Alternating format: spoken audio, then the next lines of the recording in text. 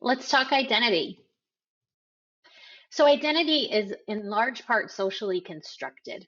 Long before we arrived on the scene, communities set up these buckets to sort people into, to make sense of the world around them and to make sense of themselves. Identity is multifaceted and intersectional.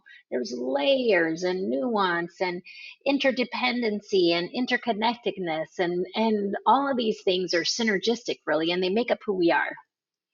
Identities can be systemically marginalized and empowered. People have used these buckets over time to allow folks more access, more privilege, or to give themselves an excuse to give them less access and privilege. One example here, inequality still persists based on race, right? Even as we have dismantled racist laws, there are still economic inequality, all sorts of things that persist, even as we know we want to do better. We're going to use a tool called the identity wheel to kind of do some introspection on who we are in order for us to better understand these systems that are enforcing these socially constructed buckets. We need to know how we exist within them. So we're going to take a look at our own identity to see what we can learn. So we use this identity wheel as an exercise to better understand our own identities and do some self-reflection. Some of these identities are apparent to the world around us when we move through it. Some of them nobody would know unless they asked us, but they're still a part of who we are as individuals. So these are the categories. Race. These are, again, socially constructed buckets that we kind of inherited from years and years past that sort people largely based on the color of their skin. We've got Black, we've got white, Indigenous, and Asian. Those are the primary race buckets that still persist today. We've got ethnicity.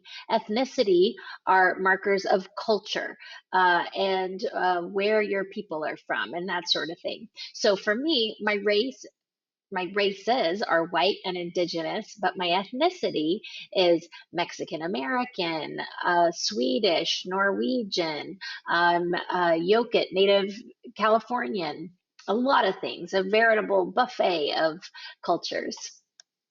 Socioeconomic class is another one of these identity markers. Did you grow up poor? Did you grow up privileged, economically so? And gender. If your gender matches the gender you are assigned at birth, you're cisgender. If your gender doesn't match the gender you are assigned at birth, you're transgendered. Your sexual orientation. Who are you romantically attracted to? Are you homosexual? Are you heterosexual? Are you bisexual? Or something else? And your age. If you're under 18, for instance, you do not have the legal rights as somebody over 18 in a lot of countries. And in different nations, that number is different. But age is also a way that we kind of categorize and sort people.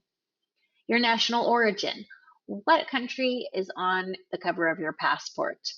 That gives you entree and privilege and access, or doesn't in certain places. It's another way that we sort people. What's your first language? This is also another marker by which we sort each other.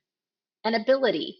Do you have any physical or emotional or mental disabilities? Your religion or your spiritual affiliation. This is another bucket that we sort folks into. So as we do this identity wheel exercise, I'd like you to think about, first of all, what identities do you think about most often?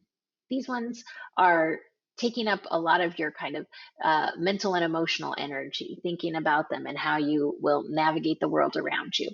Which facets of those identities do you think about least often? They don't take up as much emotional energy. And what facets of identity would you like to learn more about?